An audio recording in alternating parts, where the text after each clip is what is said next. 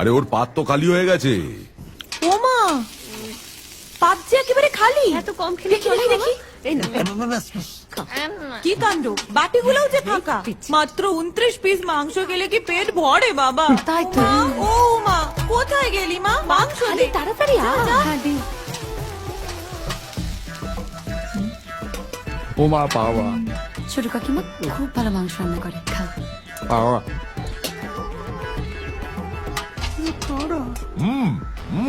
শুরু করো।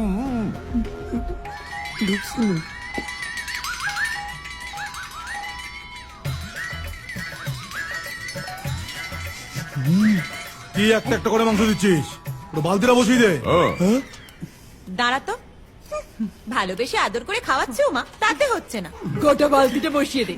তোমাদের কাজ তো সারাদিন ষাঁড়ের মতো খাওয়া আর গুতনো, তোমরা কি বুঝবে বলো তো? যা বলেছিস, আমার মানুষটাকে মনে নেই? সে বিয়ের পর প্রথম জামাই ষষ্ঠীতে গিয়ে একটা আস্ত পাঠা খেয়ে ফেলেছিল রে, আর আমাদের কপালে জুটেছিল শুধু হরি মটর। তোমার বাবাকে খেয়ে নিন, তোমার ভাগ্যি ভালো। শুনলে কি বললো? আর আমার জন ফুলসজ্জার রাতে আমার হাত ধরে টেনে বলল, কাছে এসো। আর অমনি আমার হাতটা কোনই থেকে খুলে গেল। ভালো হয়েছে সব। বাচ্চাদের সামনে কি বলছো সব? মাছের মরু নিয়ে সরা কয়েকখানা। কি হলো? কি হলো বাবা তোমার? ততলো আরে ওর পাট খালি তো। মিষ্টি দাও। কি হয়েছে বাবা? মিষ্টি মিষ্টি নিয়ে আরে খাও খাও, জল দেবো? এইটুকু বসে এই অবস্থা তোমাদের। ততলো খেলতে দিচ্ছে রে। দে দে দে দে। তাড়াতাড়ি দে। অল্প করে দিও, কমপক্ষে 40টা। জয় জগন্নাথ। খাও, আমাদের এখানকার বিখ্যাত রসগোল্লা। মিষ্টি না।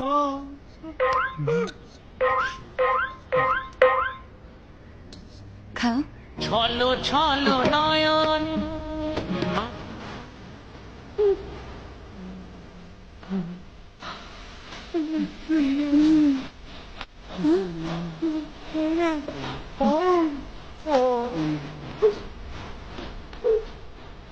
ওরা বোধহয় আর খেতে পারছে না।